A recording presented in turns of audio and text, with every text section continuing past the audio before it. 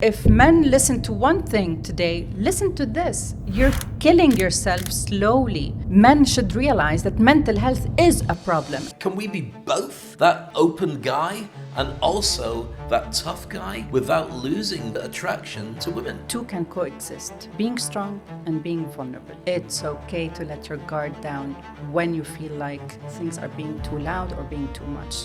You got an AI on your phone. Some people say, right, I've got an issue, can you help me? AI doesn't know you, it just knows what you're feeding it. And it's not gonna be as compassionate as a human being would be. What would you suggest as a way to be able to fix this? I would start with... Welcome back to Gladiator TV. As you've probably realized, I'm not Dariush Soudi. I'm his partner in crime, Dave Crane. Now, where is Dariush, you're probably asking, with good reason. He's taken a breather. When you're running that many businesses and being so successful, sometimes you need a little bit of a timeout. And so my job is to make sure that we still keep it all ticking over and I get a chance to talk to some incredible guests. So stick with us, and Dariush, wherever you are, if you're watching, we do miss you and we can't wait to have you back. Today's guest is a dear friend of mine who I met probably most importantly during the pandemic because she's an expert in men's mental health. So I'd like to introduce to you Rahaf Kobeissi. Now Ray has got a very good podcast which you need to check out, and the podcast is called Don't Be a Man About It. She's also the founder of Raise Your Mental Health, and one of the experts in mental health when it comes to the challenge that men are going through right now, which is leading to some of the highest suicide rates that we've ever seen. We're going to be taking the lid off that and talking to Ray and discovering why men who are gladiators or men who want to be gladiators are finding it so hard to deal with when you're not in battle doing what you do. Why should it feel so bad during that time? Ray, pleasure to have It's you. always a pleasure talking to you, and thank you for the beautiful introduction. I can feel that we have so much to talk about. Yes, and So, we only have where about do we 5 hours begin? for this podcast to do so. My time is yours. Tell us about yourself then, because you are an expert on men's mental health and you're a woman, Yeah. which you probably worked out, and the cameras have done it as well. How does that work out? What's your positioning to be able to be an expert on that? That's a very good question. Well, it started from, let's say, 2010 when I lost my dad to suicide. That's when it started. Because for me, it was unheard of for a man to end his life because he's not feeling well. I come from the Middle East, so we don't really talk about mental health.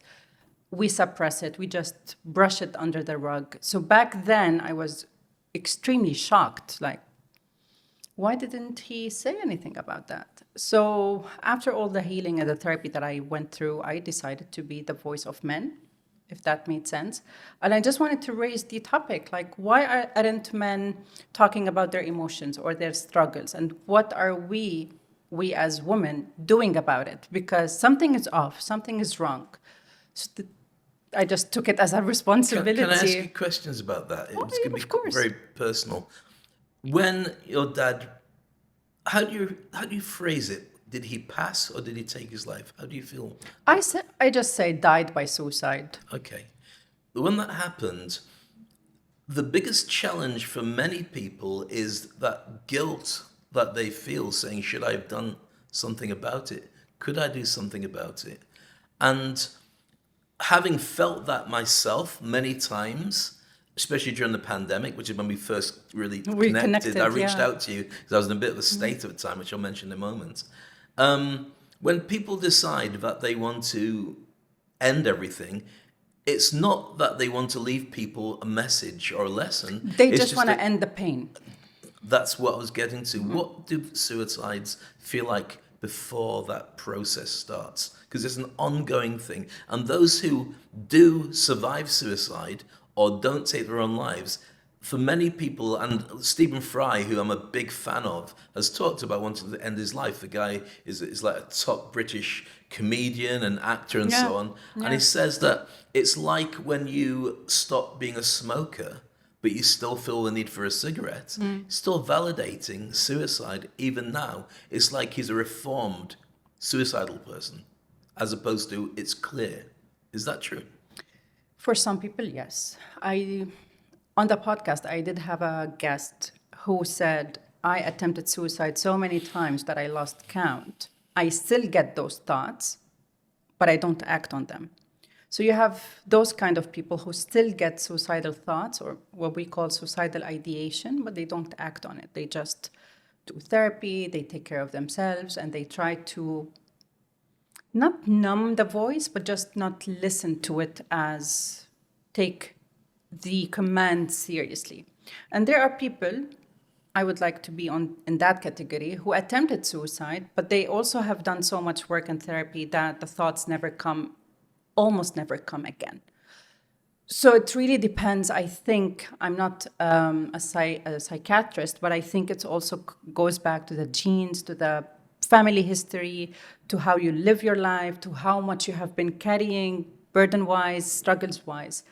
Now, to go back to why do men specifically end their lives, I would say the heart of it is emotional isolation, because you clearly defined men as being gladiators. And I think that's the core issue here, that we have labeled men as gladiators, protectors, providers, hunters, all of that. So we kind of added a lot of pressure on those men that this is what you're going to be doing for the rest of your life, and that's it. We didn't give any much of attention or space or any outlet for that man to come back home to say, woof, that was an exhausting day, or I have an issue at work, or I think my business partner is trying to steal me, or whatever that issue is. We never made it clear that you can talk to me about this. Like, you can still protect and provide, but I'm here for you if you want to just take things off your chest. We never did that for generations. So men are asking themselves now the question, okay, if I am not my father, or who my father used to be, or my grandfather used to be, then who am I going to be? So I would call it now an identity loss. That's what I see with my clients that I work with. They don't know who they are, because from one side, they have been taught certain roles, certain things that they have to do language-wise, and whatever that is. And then something feels off. And that feeling of offness is creating anxiety, stress, imposter syndrome. They doubt themselves. And at the surface, they're gladiators. They make a lot of money, the business is going really well. People just envy them for this level of success that they have created, but they're also drowning. So there's that. There's a lot to unpack in what you said there. So Gladiators is the brand. Gladiators. No, TV I understand. I'm is just using it TV as show. the label. I don't see everybody as a gladiator necessarily. I just think it's a really good way to bring people together with the same mindset of business and But there's this self-improvement and mask. so on. Absolutely, but gladiators used to fight in a mask because that's what they wanted to be able to portray. I mean, it's one of the classic things for why did the British Army wear red shirts? Because when they were marching in battle, people couldn't see if it wounded them or not, because they only dropped if they were dying, but otherwise you can't get these guys. They're bleeding, but you couldn't see. And so I just don't want us to get past that. That's an amazing, let's say, example. It's literally the same here. We do not recognize a man's pain unless he's bleeding. Bleeding could be depression, could be anger outbursts, could be an illness. This has to stop. This has to change. There's so much to talk about. Let's start with take it back to the symptoms, because you mentioned about a person who'd been on your podcast who had attempted suicide. What does attempted suicide actually mean? Does that mean you'd thought about it? No, or means does that you mean actually you'd took taken action. tablets, or you'd cut your wrists, or you'd walked into what would happen? Suicidal ideation are the thoughts or the state of a suicidal person who gets those dark thoughts that tell him you need to end your life. Suicidal attempts is when you take action and you actually attempt to end your life. It could be we're not going to give ideas, but it could be in any way just to end your life. We call it attempt because it didn't succeed. So this person, yes, he had attempted suicide a few times. I have attempted 3 times. So what happens is just there's this nagging voice with all the emotions at once joining forces to end your life. So it could be the guilt, the shame, the feeling that you're such a failing person, nothing's gonna change. So in that moment, everything is true. In that specific moment, everything feels true. I am a burden. No one cares about me. I'm all alone in this world. Nothing I do is working out. What's the point? So what's the point gets louder and louder and louder and louder. And to go back to a statement you said, it's not about leaving people, but it's also about thinking about them. I don't want to be burdened to them. I don't want them to see me as a weak person. Let me end it. And they'll get over it. Then they will move on. Or I'd rather them remember me in this state that they know of, the positive person, whatever that. Which makes it even worse because then you've got Which no makes it clue. even There's worse. no evidence. 100%. I mean, when I felt it once during the pandemic because as an entertainer and a speaker, I train people to be able to speak, and that's my main work. And then the pandemic, without warning, went stop, no work for you. 100%, yeah. There's no events, you can't go out there and do anything. In fact, you can't go out, you're stuck in your house, no way of reaching people. All your client supplies disappeared because nobody wants to learn to speak if you're not going to see an audience either. And for 2 years, nothing came through. So I had to reinvent. For me, I went online and got very good at being able to broadcast from my home office and so on. And so I found a new lease of life and access to clients. I've got to be honest, if a pandemic came along now, it would be the same business I run now, and it wouldn't really matter much. For many people, it's very different. They worked in logistics or it worked in IT, and so it was a boom time. It's fantastic, get to work from home, Yes. and so on. So everyone's got a different spin on it. The one thing that stopped me doing anything, I'm not going to say stupid because it to me, it feels not stupid, it meant sense at the time, was I didn't want my daughter to have to spend the rest of her life asking those questions. And I didn't want that to be the case. And I wouldn't let that happen. And that's what drives me every single day.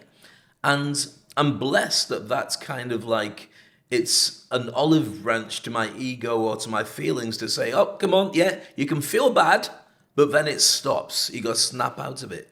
I'm quite blessed with that. And I'm quite blessed that as an entertainer, I know I've got an ecosystem around me that allows me to go onto a stage and entertain people. Even if I'm feeling terrible, you snap out of it. And you can do your job. I'm blessed with that. But Most then what people do you don't have do? that. So that's the question. Snapping out of it to do your work is sometimes very required. Yes, but then what do you do with that? Well, I've got a way of dealing with it, and I want to be able to share it with you, but I also don't want to hijack the fact this isn't the Dave show. I've got you on the show, and I want to be able to ask you the questions. You mentioned imposter syndrome, and I found a very powerful way of dealing with imposter syndrome, which I'll share briefly, but then we'll get into back.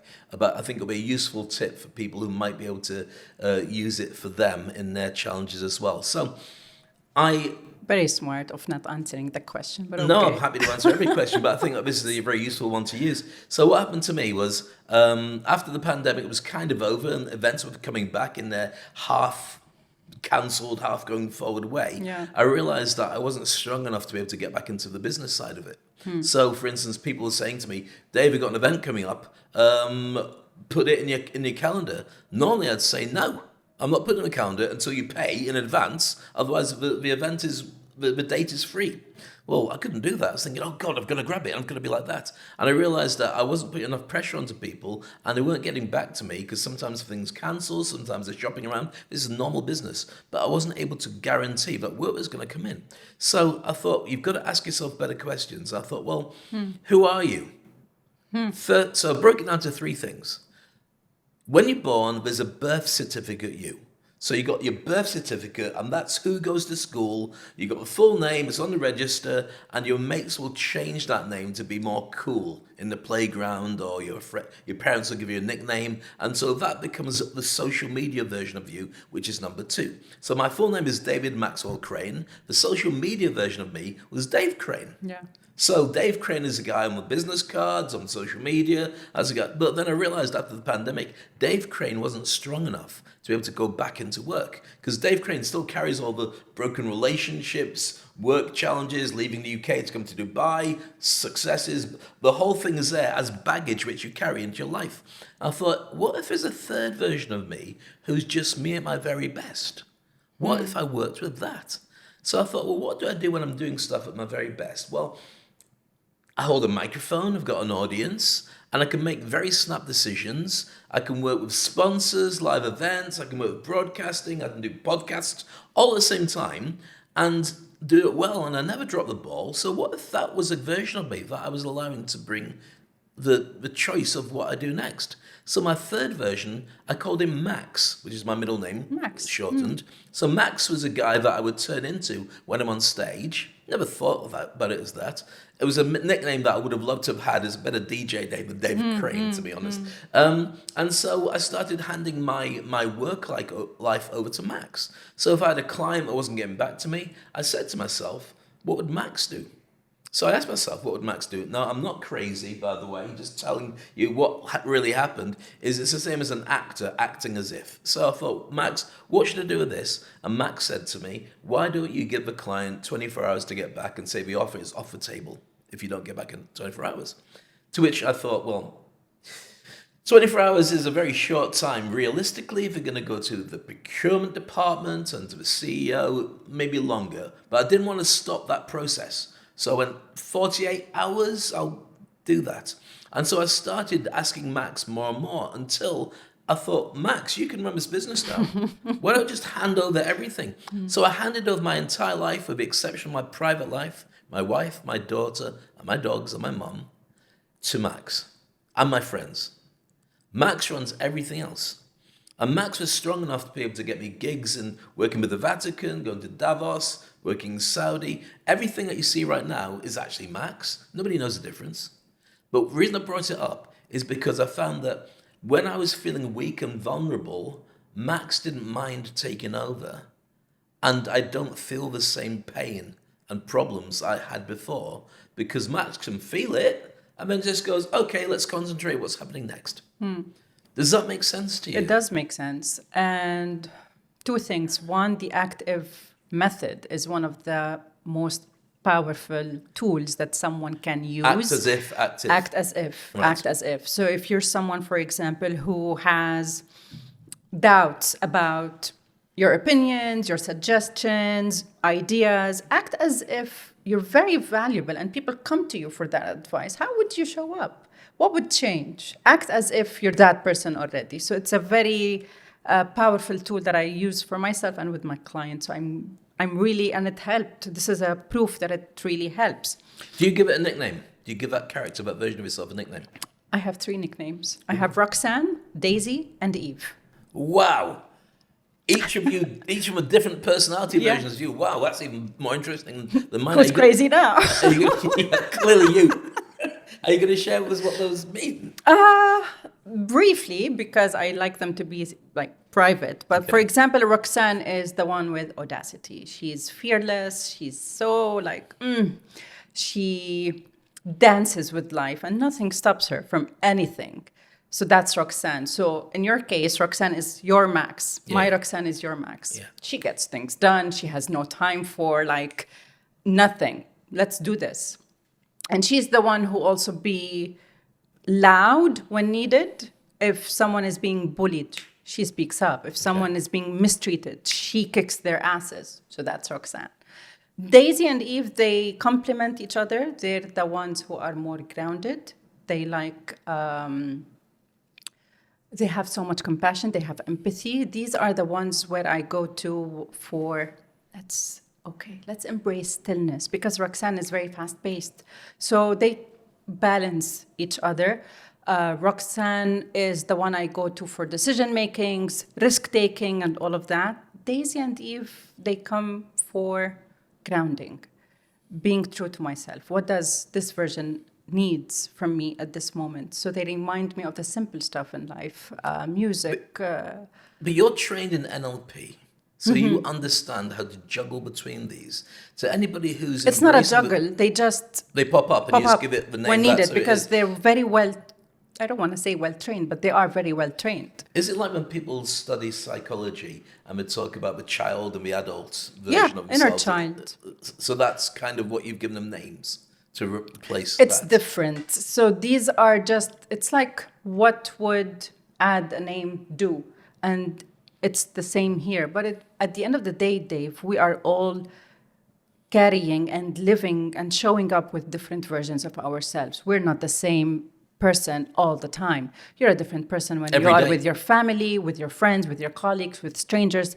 The core remains, which are your values. If your values are, let's say, compassion, generosity, all of those things, you're not going to change. But how you show up, how you make decisions are going to change. So, for example, I'm very well known for my boundaries.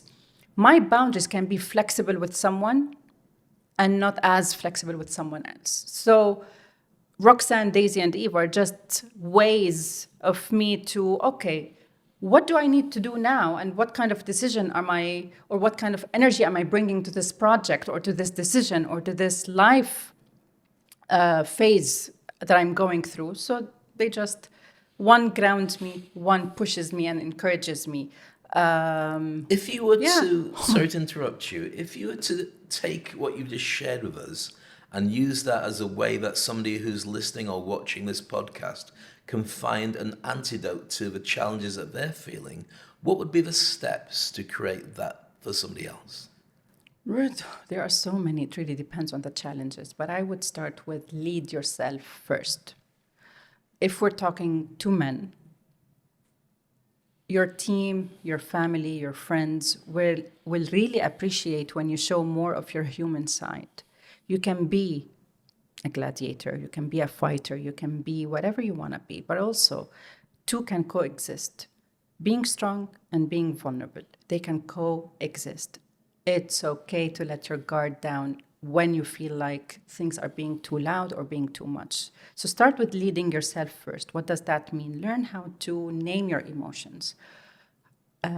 Because you cannot regulate what you can't name. If you don't know what you're feeling, how are you gonna deal with it or handle it? We're not gonna keep suppressing. Suppression days are over. So learn how to name your emotions. Play with them. Okay, when I'm feeling angry, where is that anger coming from? Where in my body am I feeling that frustration? Is it in my chest? Is it in my stomach? What do I do next? So I would start with that, and it's gonna feel a little bit odd for men, and I know from my clients, like, what are you asking me to do? But then they realize that this is exactly how they are, that is helping them to make better decisions and having more, the quality of life improves. Family-wise, friends-wise, hobbies, me time, all of that. By just learning how to, okay, this is what I'm feeling, and then this is what I'm doing. Then emotional regulation. Then you have making time for yourself and make it as like religiously as possible, as if it's a meeting at work, a business meeting. Have a date with yourself. Have a date with yourself. We call it masturbation. So That's a different name. Or I wonder what was going on master then. Yeah, I'll do it is actually, Google it, master dating. Right. So yeah, do more of that. I don't care if you're a CEO, if you are a managing No, just director. master dating. It should subtitle. Anyway, carry on. Just get it right. So do that, and check in with yourself. Like self-reflection is really powerful because no one, no therapist, no mentor, no coach, even though these are very important, which is going to be my next point, but no one's going to know who you really are except you. But you need to ask the tough questions. Who am I? Does anybody need to know who you are? Yeah. There's a fine line. Because nobody cares about anybody else apart themselves. So that's a really, limiting belief. anyway. That's a limiting But belief. there's a level of that is true as well. Let's say, for instance, we're doing a podcast now and we're sharing with everybody loads of insights about the challenges facing men, and we'll talk about women. And initially we're talking about suicide, but we're talking about how to grow in your business and so on. Anybody who's paying attention to the podcast, if they don't feel something in it for them, they'll go click. Then that's on them.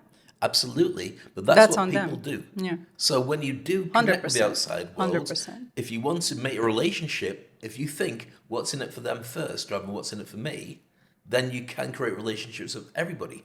That's why I said what I said, which is ultimately, do you have to give it to everybody else rather than to yourself? It's a balance. So I'm doing things differently these days. Maybe if you asked me that question a few years back, my answer would be different. Now it would be, what do I want? What feels true to me?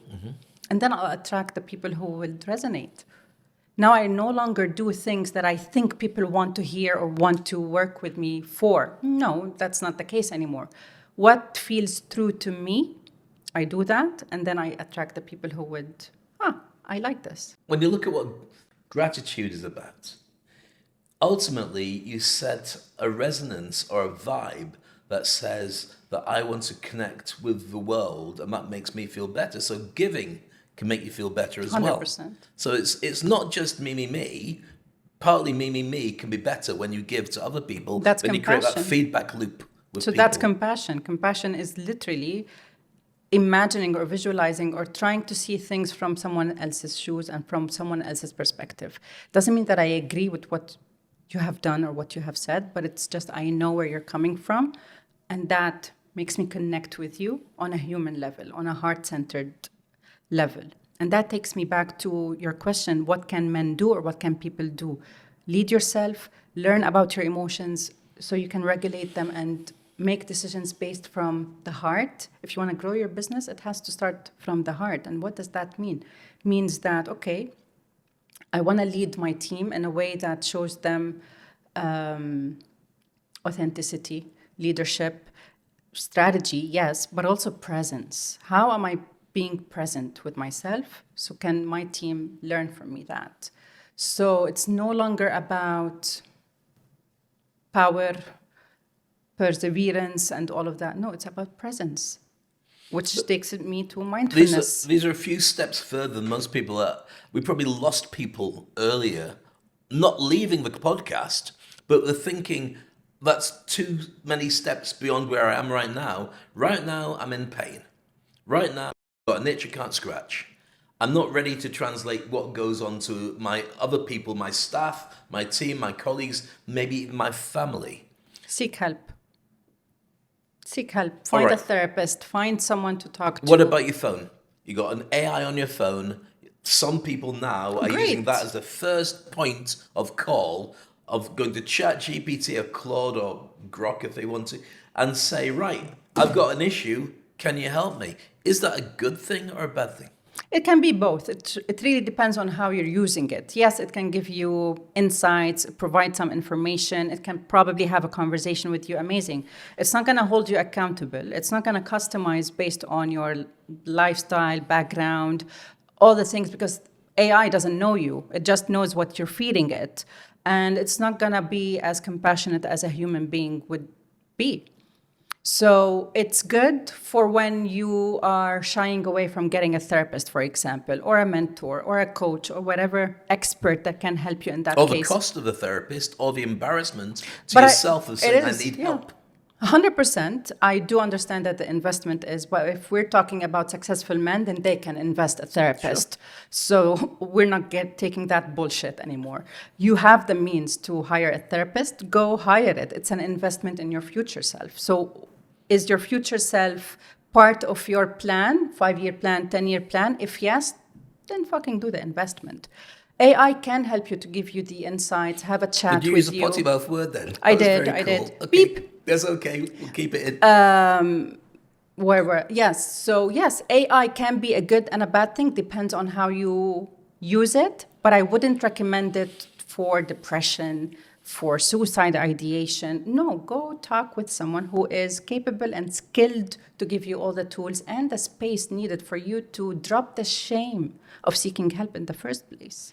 Why are men well, there's two questions here. First one is, why are men so bad at this?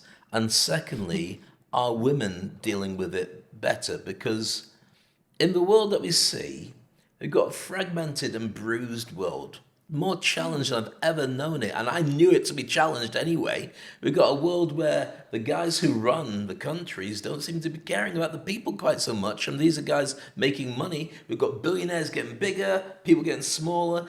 most people are going to have to find their way in a world that's becoming more fragmented. Yeah. When you find a way to deal with that, you've got to have all your ducks in a row. You've got to work out how this is a lot to take on. And sometimes at the expense of your ability to run a successful business or to even get a job. Does that balance up with your mental health? Which comes first? Which is most important? You got your family to look after. They're having challenges as well. Is this possible for men to be able to do it? And also, are women going through the same thing, but we just deal with it better than men? Big, yummy topic. Okay. For men, are they able? Listen, based on my experience from working with a lot of executives and successful men, it is possible. But as you said, okay, there's a cost. So you can run a successful business and yet accommodate your own needs and your family's needs. But some things have to change. More boundaries, more redefining what success looks like. Why are you chasing higher numbers, for example? Just ask why. Based on that answer, things can be different. Okay, maybe I need less here, I can delegate here, I can delete this, I can do that, whatever that is. But you can't have everything at once. I think that's the issue, that I want everything at once. I want my family, I want myself, and I want the business. There has to be a game well played, which is, okay, the people or the men that I have conversations with are people who have already grown the business. So let's talk about those profiles for now. Perfect. Why are you chasing more? And when we dig deep into that, Dave, we find out that there is this nagging voice that has been carried from a very young age. You're not good enough. And that came from either their dad or their mom. Okay, let's talk to your inner child, metaphorically. So we heal that, and then he realizes that, okay, I don't want that. I don't know why I wanted that. And that came, so for example, again, we go back to the roles, to the tasks, to everything that a man is doing, is 80% not his. If you gave him the choice, would you live the life that you're living now? Would you build it the same way? The answer would be no. He would go somewhere else, regardless what that else means. So are they capable of creating that balance? Yes. But they need to ask the big questions. Why am I doing what I'm doing? What do I want for myself? What feels true? What version of manhood feels true to me? And then go from there. Now, to answer your second question about women, yes. Why? Because women have been given all the tools to express their frustrations, to deal with it, to let go. This is why, for example, to give you the same scenario with two different men and women. If a woman is having a bad day, she would call up her friend, her therapist, and she would go on and rant, and then take a breath, shake it off, make a silly dance, shower, whatever that is, and she's ready to rock the world again. A man would not do that. We don't deal with it like that. I mean, if you go back to our caveman DNA, when we were hunter-gatherers in small tribes, the men would go off hunting in small, silent groups. Yeah. And hunting that deer or that bear, whatever it is, antelopes, and they go with their spears, bows and arrows, and in silence they'd go to hunt it, and then they'd bring back whatever it was. The women would go gathering. They're gathering fruits and berries. They bring the kids along. They'll be chatting, having a great time. That's shopping. Men hate shopping. Men would prefer to go out and shoot a pair of shoes and take it back. But the thing is, when you are a guy, if you go out socializing with your friends, a lot of the time it would be, for instance, if I went out with a friend to go and see a football match or go to a bar and the football was on, my wife would say to me, "How's Paul? He's good." So what did you do? Nothing, we just watched the football. What did you talk about? Nothing, we just watched the football. So, well, how's his missus? It's all right, I guess. Didn't mention it. Well, didn't you ask? No, he would have said something if it was a problem. So you didn't talk? Not really. You just sat there and watched the football, then went home. Yeah. Well, how's your night? It's amazing. It's great. Now, that can be traced all the way back to that silence of what made us buzz when we're hunter-gatherers. But it leaves us with a real gap as to what happens when that breaks. We don't know how to discuss. I remember the years I used to work in radio, we found it very easy to sell to women because there's so many different areas that you can advertise and things. In the old days, magazines, newspapers, blah, blah, blah. They're not the same, but you can place adverts. With guys, you're going to have to do something based around watches, suits, cars, cigars, or video games. That's pretty much where you catch guys. Otherwise, they don't really have a place to go in the same way. Even in the gym, you're very quiet and you don't really tend to make friends in the same way because you're focused on what you do. So when we're talking about the ability to find that part of your conversation with yourself, there's no starter pack. It is. There is. It's like a pitch. When you go pitch your idea to a business or to an investor, you're putting yourself out there knowing that there will be a slight chance of rejection. It's the same way from starting a conversation with your man. That's why now more than ever, we need more men's circles, men's spaces for them to just learn how to communicate with each other, with their families, at their relationships, to self-reflect, increase self-awareness. We do that. We do need that. The starter pack would be you went with your friend, Paul, to watch a game. Ask him. Do you know? No, I don't. It's okay. Maybe. Wink. How's life treating you? Ask things differently. Instead of how are you? How's it going? Ask something very specific. How's life treating you? If you remember on my podcast, I would always ask, how's your heart today? How is your heart doing today? How is your heart feeling today? You can't ask that to a guy because it seems... I asked you and difficult. I asked them you to all can the do it men. because you're a girl. For guys to do it, so The starter pack. how's your heart? But that's your limiting belief. You're projecting. It's true, but it's You're a way projecting. I don't doubt it. It's just a really thing. If I say to a guy, how's your heart? Is he going to say... Don't ask that. Ask something else. Like you could be, you know what, Paul? I'm intentionally doing things differently. And I realize that we don't have much conversations. So how's life treating you? I'll start with myself. Model that behavior, model that change. Before we started recording, I said we need to collectively do the work, and it should start from individualistic work, or else nothing's going to change. We're going to keep getting on podcasts and shows and saying, hey, men's mental health is important. Do something about it. Men should start trusting that they are being heard, seen, and supported by men. And women, we're going to talk about that later on. But you have to start with your own circle, with yourself, opening up for vulnerability. There's a so I challenge. see the risk. There's more lonely men with no circle than possibly ever before. Yeah. With remote work, it's easy and convenient. Even if you're with your family at home, it's not the same as having a man friend around. Your family's your family. And so it's harder for men to make a conversation and make friends than it is for women. And so how do you start women that? are also struggling to make friends. Everyone is. Partly the fact that we're obsessed with phones and devices, and also one of the things that I think contributes hugely to it is social media. So you go on social media, and in your feed, it'll be bombarded with, I'm great, I'm great, I'm great, I'm great. And this is how you can be great. Yes, and buy my stuff, and I'll make you, that's my entire feed. That's what I give everybody. But here's the thing, and somebody said this to me the other day, and it's a really interesting fact, that when you go on social, what you are bombarded with is, imagine it's your birthday, and you tell everybody, it's my birthday, great reason to share it with the world.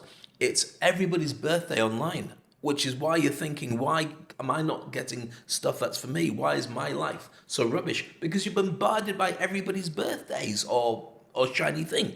And that's how social media has been directed and created and so on. And so it's almost like you have to detox from 100%, social media 100%. to find yourself. But to do that, you really want to have a safety net of people around you or somebody who you can reach out to that is willing to detox and spend that time in person or even distant on Zoom with you. That's difficult to put together. For many people, when you're at your lowest ebb, you've got to show a mega amount of vulnerability and be ready for a level of rejection from people as well. 100%, yeah. Take that from a couple of people. I mean, how many people you meet when you go out shopping or you're going to any event, and the typical things, how are you? I'm fine. We should stop asking that. Well, That's what I'm exactly. saying. Yeah. Because how are you is already conditioned with, I'm fine, I'm okay, I'm okay. Ask something specific. I heard the other day someone suggesting that we start asking people, what are you working on? Anything exciting? I heard that. Probably the same person. I was like, that's an interesting one. But now I'm consciously asking people, how's life treating you?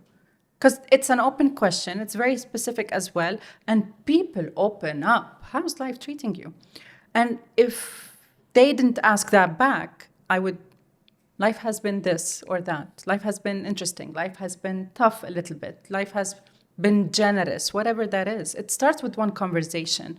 And I do hear a lot about the loneliness. Yes, there are so many ways to deal with it.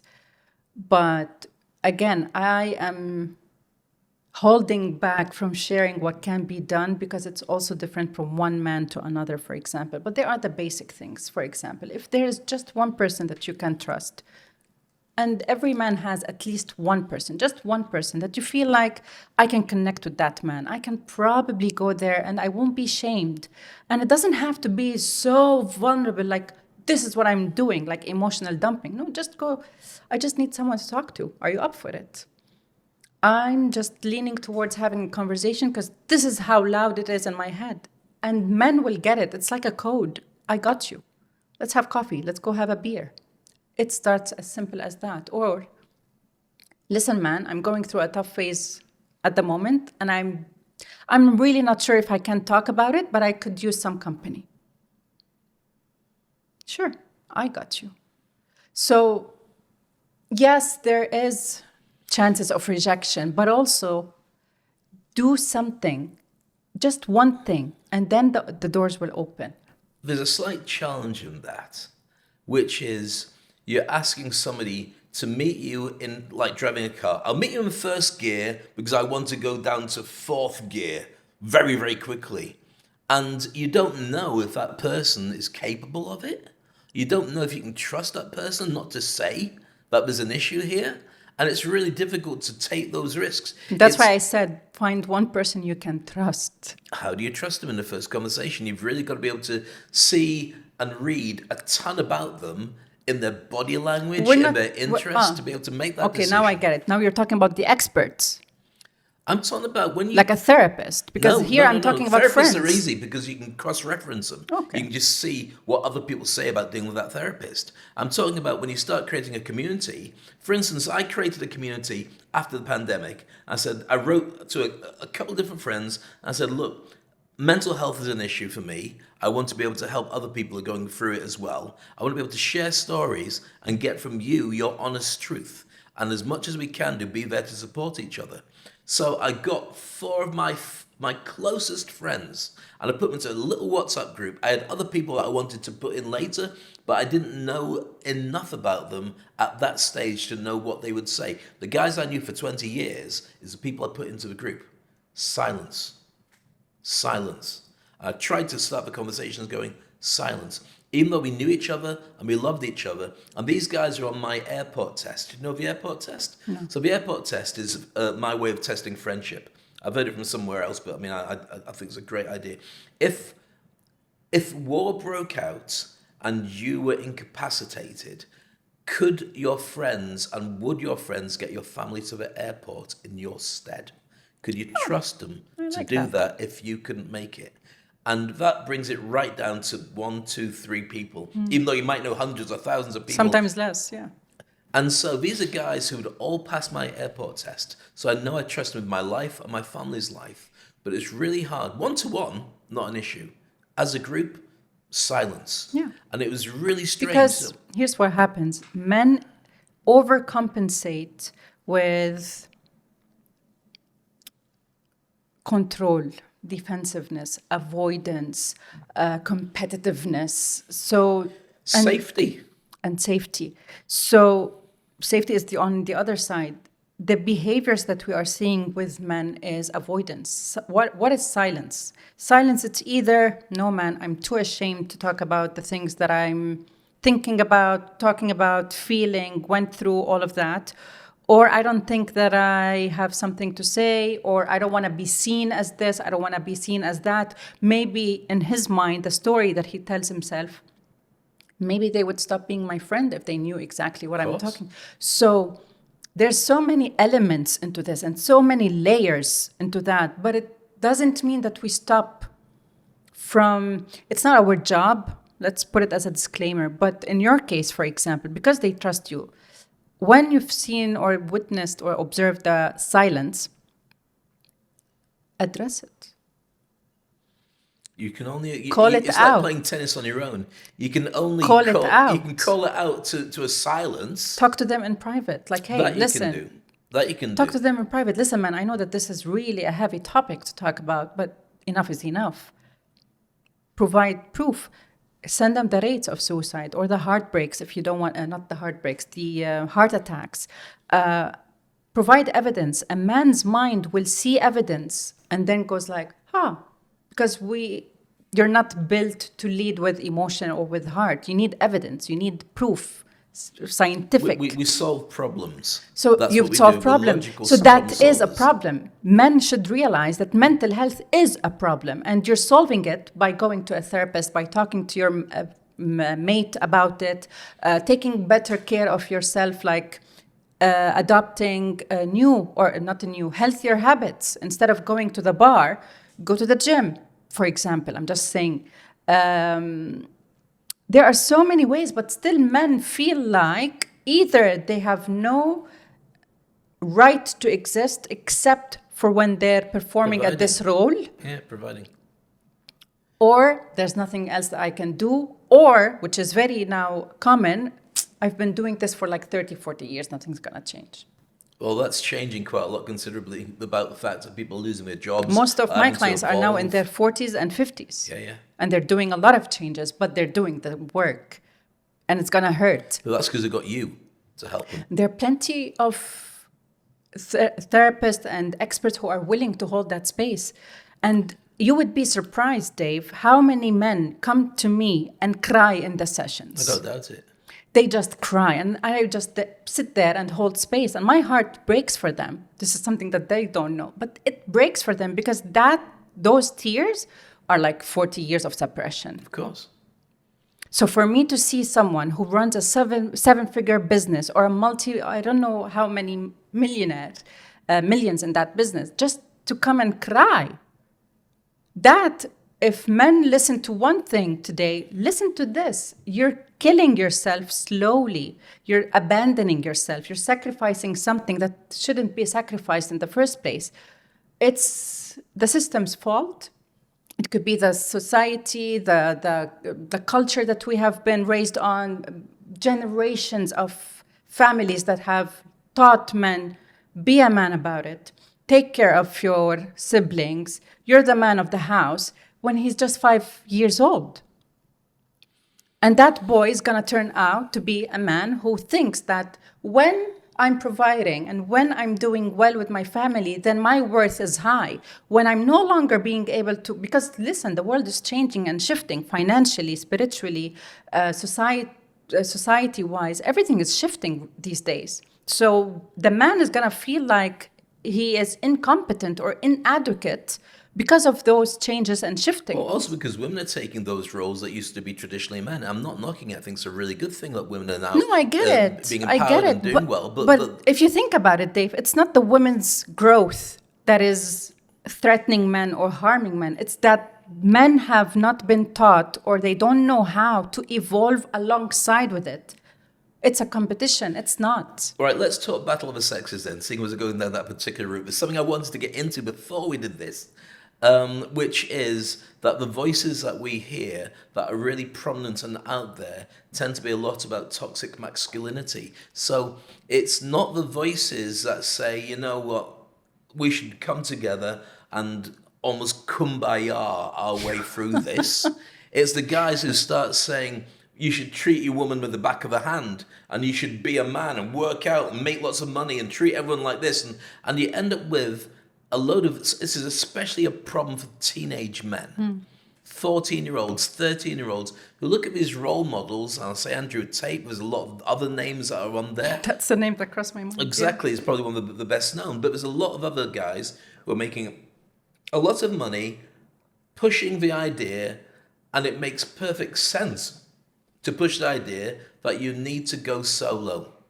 Forget women, they're not interested, they're too difficult, they're gonna, unless you treat them bad, they're gonna treat you bad, so don't bother. And so we've got a real population problem right now in the world, fewer babies being born than ever before in history. Fewer, I mean, the amount of guys that will go and approach a girl is a lot more difficult and less than before. Not just because it's all done on blooming Tinder and other systems like that, but the habits are changing. People aren't going out to pubs and bars and stuff like they would do in my day 8,000 years ago. But you end up in a situation where there's a real gap between men and women. Yeah. And the other thing I wanted to add to that as well is part of that loneliness that men are feeling is because when it comes to the dating situation, and I'm happy to be wrong on this, what happens is women are looking for somebody who's equal to them or better. Men are looking for somebody who's equal to them or not as good as them. I say good, but as qualified, earning as much, so they can protect them. So what you end up with is if you're a guy who's not doing as well as the woman across from you, you generally won't approach her, or she will look down on you because you're not the kind of guy that I'm after. You've got a massive disconnect. Now that is more evidence on the social media dating sites than ever before. Who are you going to swipe? If you're a CEO, great, fantastic. If you're a plumber, no, not the kind of guy that I'm looking for. So you end up by hook or by crook with a lot more lonely guys than ever before. And a large amount of your self-worth comes from having a family or a loved person that you can build a future together. That's not even a thing for many people now. I'm not blaming you, it sounds like I am. No, but I'm just throwing it out there. I didn't take it as that, I'm just because listening. It's a really difficult world that people have to navigate around. Or is that the way it's always going to be from this point on? Because I don't see phones disappearing. I don't see Tinder disappearing. It's a big challenge for people. That's a lot to take in. Yeah, I'm sorry about that. No, just it's ranted. fine. It's a very deep subject, and I am not, I don't have expertise in the dating scene or all of that, and I don't have the the statistics to give you how much of a gap is there, but there is a gap. You're right about that. And I heard it once when someone said, men date down, women date up, which means men looks for someone who's shorter, not really doing as well or something, To as long provide as she for has a them. good heart. And woman likes to date Career. up. Yeah. He has to be successful, he has to be financially stable and free, he has to take care of me, and he has to be tall. So yes, I hear you, but I'm tiny, so that's never going to happen for me. well, you're already married, so. But what I would say is, yes, it's tough. Dating scene is really tough, especially here in Dubai. Communication skills are getting worse and worse because no one is ever being able. So, for example, swiping, right? No one knows how to start a conversation these days. So I would say the problem yes, the world is shifting and it's changing, but so should we. What are you doing? I'm gonna turn the finger back at the people watching or listening. What are you doing? At the end of the day, we also need to hold each other and ourselves accountable for what and how we're showing up. You want to attract a partner that is equal to you. What does equality means to you? For me, I don't believe in men and women's equality. It doesn't exist. And you're asking men to be equal to women in what way? And vice versa. I would say to, what's the word? Equity? Yeah, equity. Justice. You have the same rights as I do. You have the same right to exist as I do. You have the Agree. same right to be heard and supported and loved and seen and all of that as I do. That, yes, I will scream it from the rooftops, 100%. And just because you're a CEO doesn't make you a CEO in my house. For example, if I were to have a husband who was a CEO. You're not the CEO here. You're a man. And this man will be taken care of, will be heard, will be supported, will be fed and nourished and all of that. And as a woman, if I'm the CEO of my business, I'm not the woman here. I'm going to be spoiled. I'm going to be pampered. I'm going to be loved. We're going to connect. And I think that's the issue. Women have been taught to look at men as bank or ATM machines or status, rank, position, and all of that. That's how we make the decision if that man is good enough for me. What about his values? What about how calm he is? What about how emotionally safe you feel around him? How about if this is the man you want to have kids with? What about that? Now, most women are now asking those questions. Same thing goes for men. Is this the woman you can lean on when things get hard, or you're going to feel a little bit embarrassed or ashamed? Is this the woman you're going to grow with emotionally and spiritually and all of that? Ask the right questions. Tinder is not the problem. It's how we use Tinder is the problem. It's not going to the pub or meet. You know what I'm trying to say? I'm not using It's Tinder, by the us. way, just to Me neither. clarify. But it's like AI. It's like your iPad. It's like the phone, social media. I get it. There's so much to consume here, but it's your choice. At the end of the day, we do have responsibility to take and to say, you know what? I will start doing things differently. Social media, not deactivate, unfollow accounts that are really so bad to your mental health or make you feel less than. That feeling is so heavy on a lot of men these days, less than, because my mate made more money last year. This company made this or that. The less than feeling sucks. So, okay, what is contributing to that feeling? Remove it. You don't need it. But we are also becoming addicted to that feeling. I'm so used to feeling lonely, I'll rather stay here even when it hurts. I'm so used to feeling less than, I'm okay here, subconsciously. That's because we're wired to look for danger. We're wired to respond to it. Yeah, that's why your mind is wired to protect you, not to make you happy. You need to do that decision. So you notice the danger rather than the happy place, and that's what we are built to do. That's why the nervous system is so dysregulated these days. We need to start from your nervous system because there's no real danger. What is the danger? You lost your job? Meditate, and you will be able to make a healthier decision in your job search. You got a divorce? Meditate, go for a walk, regulate your nervous system. That's what I'm trying to say. Regulate your nervous system, and then Reset it. You will and be control able it. to reset, detox on a daily basis. Should men see themselves as providers anymore? If they want to. If they want to, that's their right. But be a provider and whatever that is. And peaceful. What does peace looks like for you, feels like for you? Be a provider. No one is asking men to stop being providers. We're not diminishing men. We're asking men to expand. Expand means allow yourself to feel your emotions. Learn how to do that. If people shamed you for that, then they're not your people anymore. I disagree with you, and I don't disagree with Which you. part? Let me tell you why I disagree with you, because I had this conversation with a guy called Dr. John Gray. The Okay. guy who wrote Men Are From Mars, Women Are From Venus. And we talked at length about the importance, this is going back many years ago, we talked at length about the importance of men becoming aware of their feelings, and they're aware of the world around them, and not just doing this caveman, I'm in charge, nothing hurts me type thing.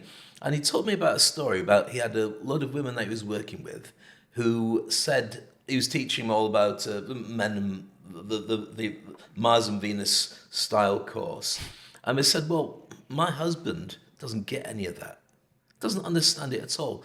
Could you put a course together for our husbands so they can get emotions and they can understand feelings and they can understand what's going on with me when they just ignore it and carry on But that's a watching the game? selfish request. So he did it. He ran a course and he ran it. And then 4 weeks later, the wives came to him and said, I don't find him attractive anymore. He cries all the time. He wants to know what my feelings are. He breaks things down to the point where I'm just going, where's my man gone? Where's the guy who used to do all the providing and just get into stuff?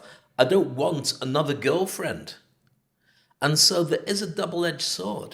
It's But not. for the I get for the what you're trying to style say. of what we're talking about, for men to embrace it, if it's not, can we be both that open guy and also that tough guy without losing the attraction to women? Yes. But here the story But that is... says you can't. That's just a story. Whereas Dr. John Gray is pretty good at this. How many women came to him after that? I don't chase him Give up me to the ask him. numbers. So this is true and this is true. They can Right. both be true at the same time. It's like I can feel anxious and confident at the same time. I can feel vulnerable and strong at the same time. We can both hold space for both to exist at the same time. A man can be a provider and connect to his feelings at the same time. They can coexist. Now, we're not asking men to diminish. We're not asking them to go extreme ways. Create your own balance. What are we asking? Is an expansion spiritual or emotional? What does that look like? A man who has self-awareness, for example, I'm aware that I'm feeling this and that. Okay, great. And then you can go to problem solving. When it comes to marriages or relationships, be grounded, be so connected with your body so you can understand what she's asking of you, for example, and not defend. There's nothing to defend yourself from because this is not a war. She's not your enemy, or vice versa. Learn how to heal from your wounds that were not your responsibility, but it's your responsibility to heal from them. So not every request sounds like a command or sounds like a complaint or sounds like a nagging. You hit the word there, nagging. How many people now are going to say, ooh, nag? Nag, Because don't nag me. I don't need the drama. But that's not a drama. That's just you not owning up for your own role in healing yourself you're nagging and me now. relationships. You're nagging me now. See, I'm very passionate about this there's topic. a frequency that only husbands and dogs can hear, that when the wife is turning around and saying something, men can pick it up from miles away. But that's not nagging. That's just you probably being faced, not you as Dave, but being faced with the truth that you have been avoiding for so long. I hear what you're saying. I'm not disagreeing with it. I'm trying to find a way that we move forward, not you and me, but we move forward with this whole conversation. So guys perceive it as being nagged at. Women perceive Which it as part? trying to sort the noise, the constant, you've done that wrong. It might be the woman's letting off steam and pointing out something so it could be a happier life. But we're also asking women to learn a better language to use with her man. Women also bait men. Sometimes women like to have an argument because it just makes them feel better, because I've just brought them down a few pegs. That is true as well. And that can happen by as simple as, you know what, Dave, I'm having a day and I would really like to argue. How about 5 minutes? You never say that. Whatever bit. that. It's not like ding ding. I do. It's just like blur. I do. A lot of women do. So we're looking at listen, just because there's a majority of people doing something in a very specific way doesn't make it right.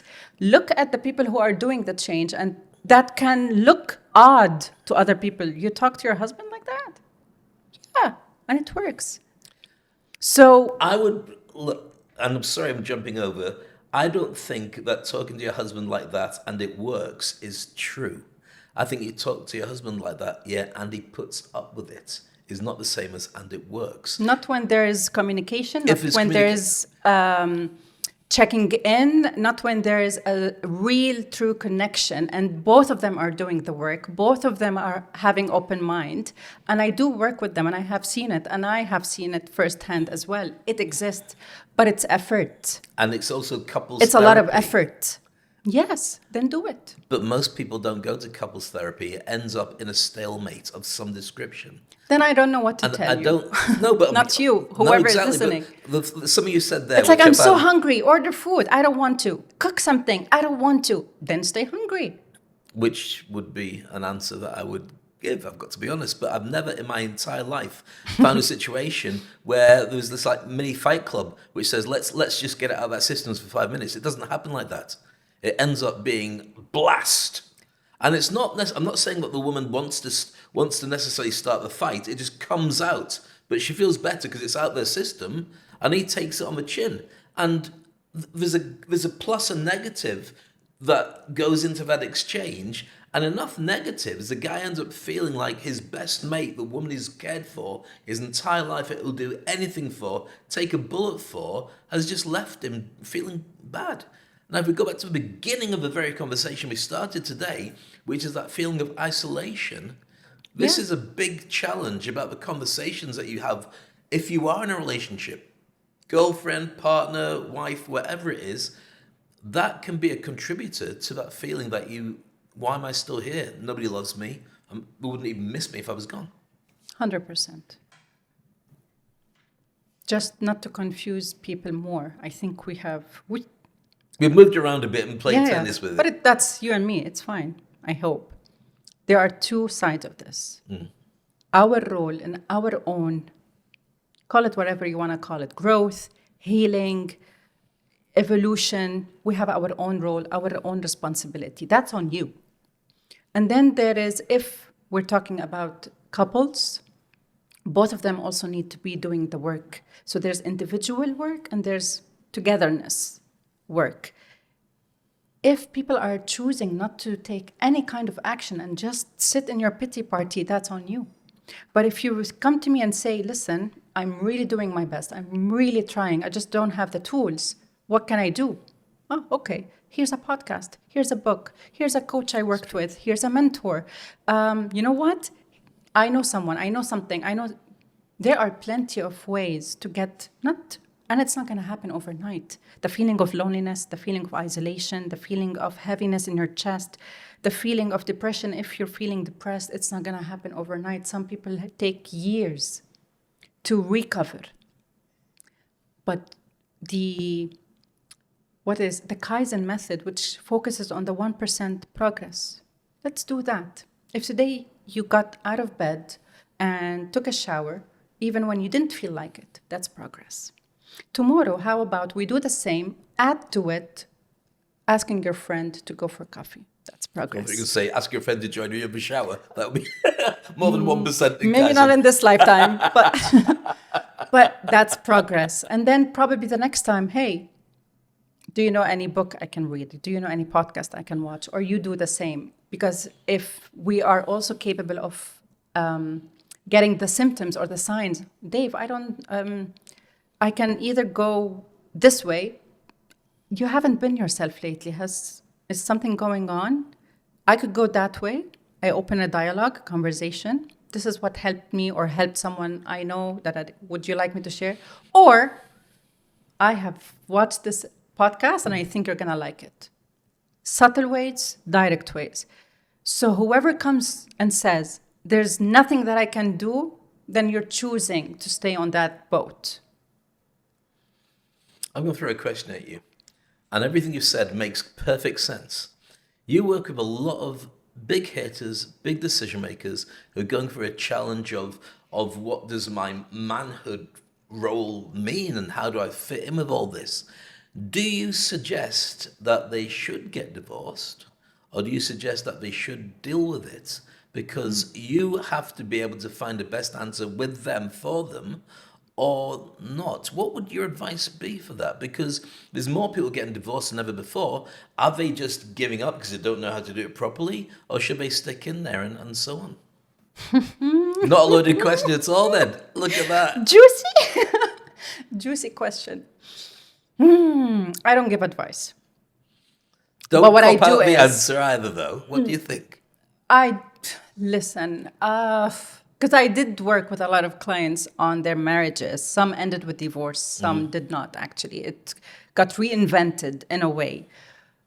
The only difference is, are you willing to do the work? One, where is the gap coming from? So just to give you an example, one client I worked with, right? He has been married for like 20 years, 19 years, something like that. And he comes to me with, I don't feel heard in this marriage. I don't think she appreciates me. I don't think So there's a lot of accusations, one, and a lot of insights as well that you can work with. Oh, okay, what would make you feel heard? What would make you do this or that? And then, okay, make a list of your ideal wife. What would your ideal wife look like? How does she show up? What are you expecting from her? Yeah. And he made a list, like 50 things on that list. Wow. Perfect. Amazing. Now we're going to split that 50 things to 2 lists. One, that your wife has, and two, that you have, and you also bring to that marriage. If you look at that list that he made, very minimal. Like, okay, great, what can we do with that? So we started off with helping them learn their love languages. How do you receive and give Are they love? both in the same conversation with you? No, Or just it's with him. With him. And then going to the house and doing the exercise with her, and he comes back to me. She didn't want to work with someone else. So that was fine. Okay. So you are doing with both of them, but not at the Not same in time. direct way, yeah. Okay. Now we work with couples as well, but learning love languages. They didn't. 19 years of marriage, they didn't know what their love languages was. They just assumed that because, for example, I like quality time, then she is gonna like quality time as well. So we did that, and then we helped them to communicate it and to really share love in that space. After this, expectations. Communication. What are your expectations? What are the things that you're okay with? Who was X 19 years ago and who am I living with today? What changed? They never had those conversations. So it took 3 to 4 months, I think. Yeah, 3 to 4 months with a fresh start. Now they're doing much better than before. They still argue, but the quality of their argument changed. There's no longer accusations, finger pointing, being defensive. There's more awareness. Okay, what can we do with that now? Because of the tools that I have given them. So there's this case, and there's another case of they got a divorce, and they're way happier now, both of them.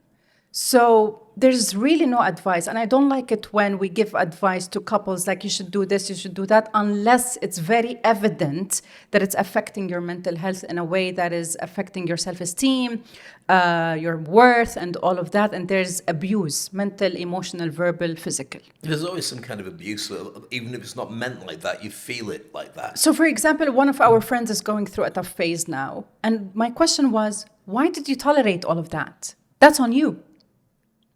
So we also get like a badge of honor. We give it to ourselves for, I've been patient for 10 years. No, you were not. You were tolerating a behavior that wasn't okay with you and your value system. That's on you. Why haven't you spoken up? Yeah, because of the kids.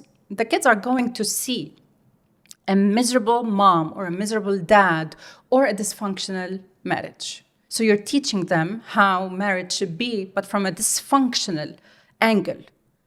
You have to make a choice. Both can be shitty, but which one is shittier?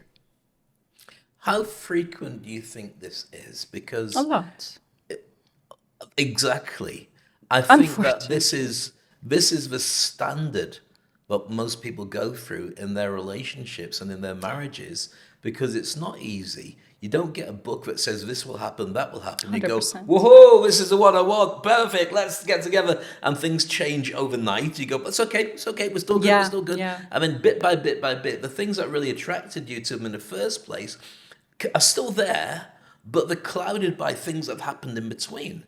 When you see these couples and they come to you, are you able to, I'm not saying that you do it, and you certainly wouldn't share it, are you able to go, can fix that, divorce, or does it just from the manifest? first 10 seconds? You can tell straight away. From the first 10 seconds. So most of the time, which is what I thought, which is why then would you... I once expected a divorce at the wedding.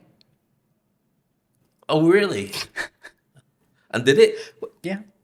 When you see this couple and you're seeing the man, you're not seeing the woman at the same time, you're getting a description from the person about that relationship. And that's what you've got to work on. Can you still tell what's going to work, what's not going to work? No, not as much as seeing both of them. Together. Because we're looking at body languages, we're looking at the language, we're looking at the reaction to what my husband, her husband said or whatever. You have to be aware of the 360 to be able to make a judgment. Sometimes they're just exhausted. There are cases when they're really just exhausted. So much has been happening and they're brushing it off, not talking about it, not addressing it. So they both have been carrying the baggage of everything is fine until it's not. That just needs a little bit of resetting. And there are marriages that were built on the wrong foundation, if there's foundation at all. You have to Arranged let go. marriages work better, though. You have to let go. Arranged marriages work better because the family I will heard. muck in. I don't know. and I don't help have it. experience with that, but I heard that it works better. Right. I don't know. I read I'm not. I saw a post by a famous basketball player who said that men should never get married because it just changes the dynamic of your relationship with everybody. You can still have this person as a girlfriend, but you have your space built in. You can still have children with that person. Don't disregard your duties as a father to the children. It's just that marriage doesn't seem to make sense for everybody. As an expert on that, would you say that's true? Marriage doesn't make sense to everybody. That I agree with. But asking people or telling people not to get married because marriage is going to change things, that's a bullshit advice. Marriage is not the problem. It's people getting married that is the problem. Why are you getting married? Based on what are you getting married? Did you ask the right questions or the big questions? But when your marriage is built on, because my mother wants to see my children before I die, then the marriage is not going to last. If you're married because you're getting married because I'm too old and I want to have a baby as soon as possible, then the marriage is not going to last. Or probably it will, but it would be a sad marriage. If you're getting married because all my friends are married, I'm the only single one in the group, why are you getting married? If you're making the choice based on, you know what, you're my life partner and there's no one else I'd rather live this life with in its ups and downs and actually mean it, then you'll find your way around. You'll get to meet all versions of each other and grow with it and evolve with it. You're going to have the hard conversations. It's going to be icky. It's going to be sticky. It's going to be painful, but it's also going to be rewarding. There's a very minority of people who are having this marriage. Beautiful.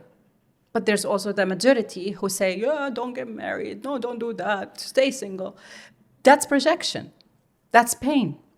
But it's also the way that everything seems to be moving at the moment, with people being more single and being, I won't say they're more happy because I don't think they are, but it seems to be a trend for people just to do their own thing till later in life. And then adopting, there's nothing wrong with adopting, it's a great thing to do. Yeah, 100%. What about the future then? Let's look at a world where we've examined a lot of different things in this podcast. We've gone through a lot of, thank you so much for sharing these ideas and insights with me. Do you think that if we could find a template predominantly for men at this moment, but also about the men and women dynamic, you've already established, which is true, that men and women are not equal, but they're equally valid. That's a really important thing to have. Men are still growing in suicide by 2 to 4 times more than women. Yeah. They feel lonely, they feel lost, they haven't got the languages. We talk about love language between partners. They haven't got the love language for themselves 100%. to be able to look after themselves with this. Where are things going to go in the future? Are they going to get worse? I'm not going to say are they going to get worse before they get better, because I've seen enough in my lifetime with racism and all sorts of stuff to see that it doesn't necessarily get better, but you do get better people who don't put up with it. But it's still there as much. Do you think that men will find it harder in the future to be able to cope with this? And if that is the case, what would you suggest as a way to be able to fix this? Oof. No pressure. Easy question. Very easy question. No, it's not an easy question. If men did not do anything about whatever they're going through now, then the future is going to be even heavier than they expect it to be, because the world is changing and shifting, and it's getting worse and worse if we're going to talk globally. So the world is already a lonely place. Why make it lonelier? On yourself. Whoever feels like they're a failure, you're not a failure. Let's be specific. Right now, we've got a young man watching, and he's in his teens, early 20s. He's making a decision. Do I now go down the route of my parents went down and find a partner to have a family with? Or do I just go down my own route because I'm not finding anybody? It's really hard to meet somebody. What would be my happiness? What would be the way to move forward? So if we're looking at a particular avatar rather than a generalization, what would be your answer then? 35 years, a 40-year-old virgin. It would all go down to do you feel peaceful? I wouldn't focus so much on happiness. It goes up and down, it ebbs and flows, as you say. Happiness is not really the goal. Peace. Is this giving you peace? So if everything your family did, let's go to your father and your grandfather. Do you feel peace with that? If not, then things have to change and you have to go your own path. But you also have to realize that it's not going to be easy because you're taking the responsibility of breaking generational patterns. So you're talking to someone who has left the house at the age of 18. So of course, I would suggest, you know what, just do your own thing. It's okay, dance with life, explore. It's not gonna be easy all the time, but at the end of the day, you're gonna find your own voice or remember your voice. That's the word that has been showing up lately, which is remembrance. Remember who you are before people told you who to be, before the world taught you who or what role to take. So this feeling of heaviness or the feeling of failing or loneliness, it's probably also from the pain of being in the middle between who you thought you should be and who you're capable of becoming. I love that. I remember I went through a very toxic engagement with a young lady. I can't mention what her name is, but she's probably still out there. And I read a book by Paul McKenna called How to Mend a Broken Heart. And one of the most fascinating things about this book, there was two things that came to mind. First of all, that when you're sitting on your own in a room and you're constantly feeling upset because you're not with your partner anymore and you're watching TV, redecorate the room, move everything around, because then it becomes your room and you don't have the anchor, the physical, emotional anchor. And the other thing that was fascinating, and this is what I did this and it worked incredibly well, is the whole Disney thing, the old Disney thing about you complete me. You need to find somebody who will make you feel valid.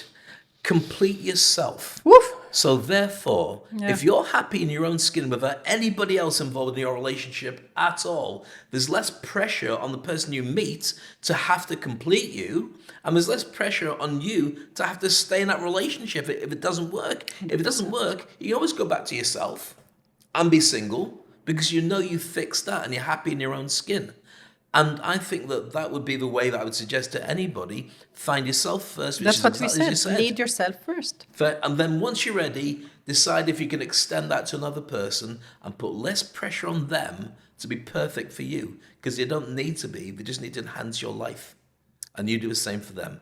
And then you've got something working. I'm holding myself back because you just opened a new topic. And I was like, I don't want to do that. So let's end it here. And I'm going to say, hint to that topic. What was that topic going to be for next time? That start with yourself first for a better choices in relationships. Wow. Last thing before we finish. The role of men and women in equal spaces at work and in relationships in the future. What should happen and what will happen? How can we make it better so we have less lonely people and more people who are able to appreciate that my boss is female and that's fine by me, which I think female bosses are brilliant at. My wife is a female boss by far. I know. And tells me exactly what to do. And I'm like, okay. Because she just has a better view of stuff. I get stuff done really well. She gets an overview, like Queen of Operations. I was going to say the Director of Operations, but Queen is probably closer.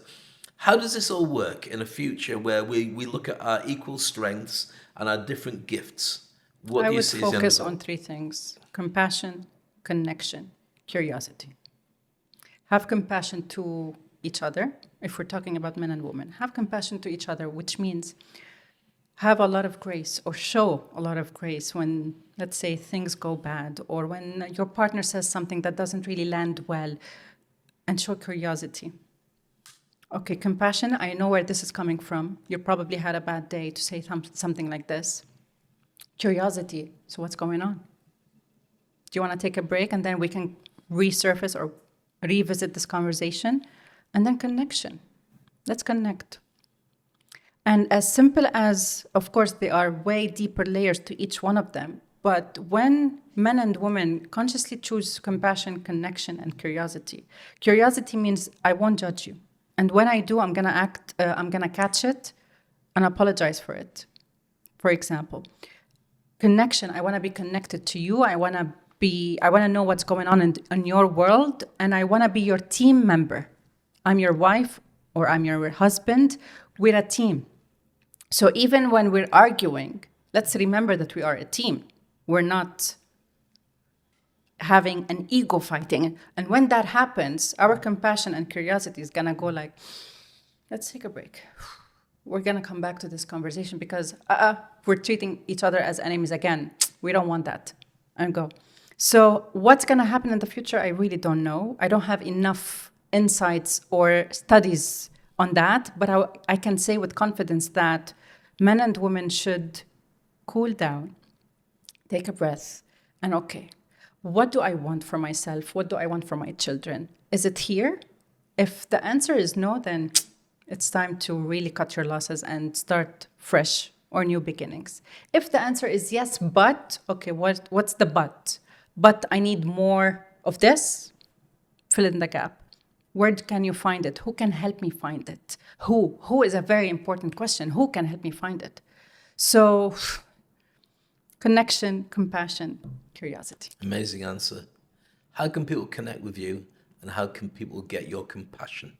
Oh, thank you for asking. At Raise Your Mental Health, they can connect with me on Instagram, on LinkedIn, Rahaf Kobeissi. That's Ray spelled R-A-Y-S. Yes, Mental health. R-A-Y-S. Or just send me an email, rahaf@raiseyourmentalhealth.com. I'm always happy to hold space And for you're your big emotions. On LinkedIn, Instagram, and all the normal places Yeah. to catch you.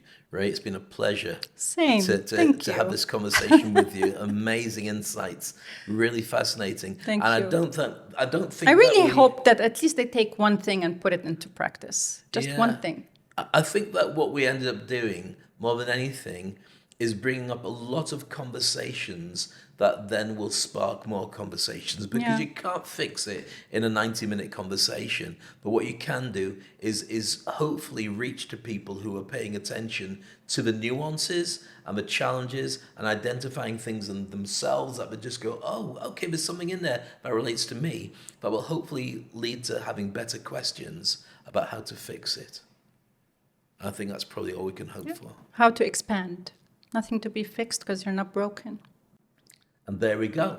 I hope you enjoyed today's session. It's been a pleasure talking to Ray here in Gladiator TV. And if you have questions, then make sure that you send them in to us. Leave comments on the posts and also share it if you think there's value here for other people. I would love to hear Dariush's take on this as well. I'm sure he will in the future. Hi, Dariush. We'll talk to him very soon indeed. In fact, I'm sure he'll message me straight away after watching this. Look after yourself. We'll be back with amazing guests in the future.